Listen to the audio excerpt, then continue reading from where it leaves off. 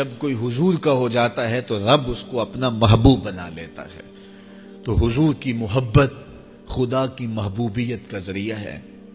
اس لیے ہمیں حضور کا پیار اپنی روحوں میں موجزن کرنا ہے، حضور کی محبت اپنی روحوں میں اتارنی ہے، اور محبت اپنے تمام تر تقاضوں کے ساتھ جب روح پذیر ہوگی تو پھر ہمارا انداز زندگی بھی سنور جائے گا، ہماری آخرت بھی سنور جائے گی.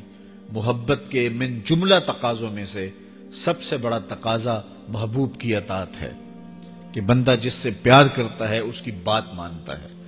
یہ ہے دعوی محبت کا ثبوت، اس کی دلیل. اور حضور کے صحابہ کی زندگیاں دیکھیے کہ انہوں نے حضور علیہ الصلوۃ والسلام کے ساتھ کیسے پیار کیا. حضور کی محبت میں اپنی عادتوں کو بدل دیا.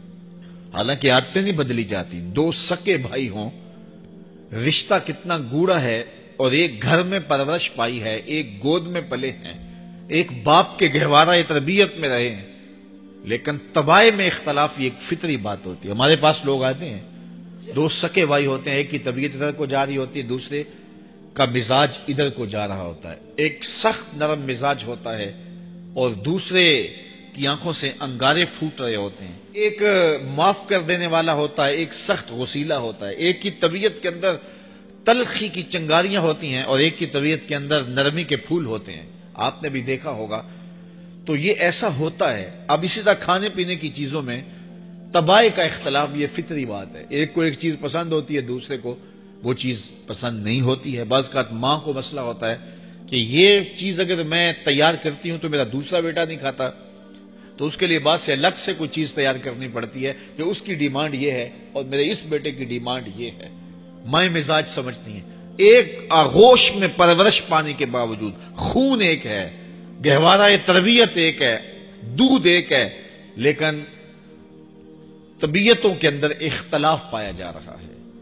لیکن صحابہ کی زندگیاں دیکھیے، انہوں نے اپنی طبیعتیں بھی حضور کی طبیعت کے سانچے میں ڈھال دی.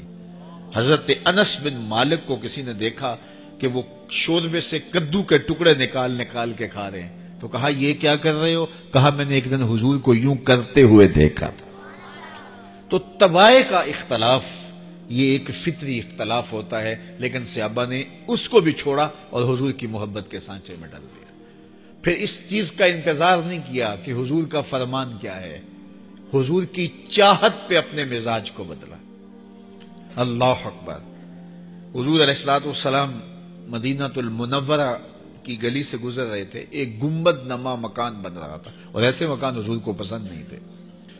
تو آقا کریم علیہ السلام نے پوچھا یہ مکان کس کا ہے؟ کہا فلاں انصاری کا ہے. حضور گزر گئے، چہرے پہ تھوڑے سے ناگواری آثار حویدہ ہوئے. کسی نے اس صحابی کو بتا دیا کہ حضور گزرے تھے، تیرے مکان کو دیکھا، شاید پسند نہیں آیا. 2-4 دن کے بعد حضور دوبارہ گزرے، دیکھا کہ وہاں ملبے کا ڈھیر پڑا ہوا تھا. فرمایا اس صحابی کو بلایا گیا. کہا میں پرسوں ترسوں گزرا تھا، تیرا مکان دیکھا تھا، یہ کیا ہوا؟ عرض کی میں نے گرا دیا ہے. فرمایا کیوں؟ عرض کی سنا تھا آپ کو پسند نہیں، سنا تھا آپ کو پسند نہیں. میں اور آپ دیکھیں ہمارا کیا کیا حضور کو پسند ہے، سر سے لے کر پاؤں تک، نجی زندگی سے لے کے سیاسی زندگی تک، اپنے امور ذات سے لے کر کے اپنی معاشرتی زندگی تک، ہمارا کیا کیا حضور کو پسند نہیں، اور ہر وہ چیز بدل دیں جو حضور کو پسند نہیں. محمد دی زیارت محمد دے رنگ وچ، اے ٹھگ بازیاں جانے پیارا محمد صلی اللہ علیہ وسلم. میرے شیخ کامل کا ایک شعر ہے، اور وہ شعر اتنا وزنی ہے کہ اگر میرے پاس جواہر لال موتی ہوں اور میں ایک پلڑے میں ڈال دوں اور ایک پلڑے میں یہ شعر رکھ دوں تو یہ شعر پھر بھی بھاری ہوگا. یاری لا تو پاک نبی سنگ، اے پر پوری یاری، پھر درود قبول ہے تیرا لکھ نہ لوں ایک واری. 1.25 لاکھ مرتبہ درود پڑھنا ایک طرف، اور ایک دفعہ حضور کی ذات پہ درود پڑھنا، ان کی محبت کے سانچے میں یوں ڈھل کر کے جو وہ کہتے ہیں وہ میری زندگی کا عمل ہے. یہ اس سے وزنی ہے، یہ اس سے بھاری ہے.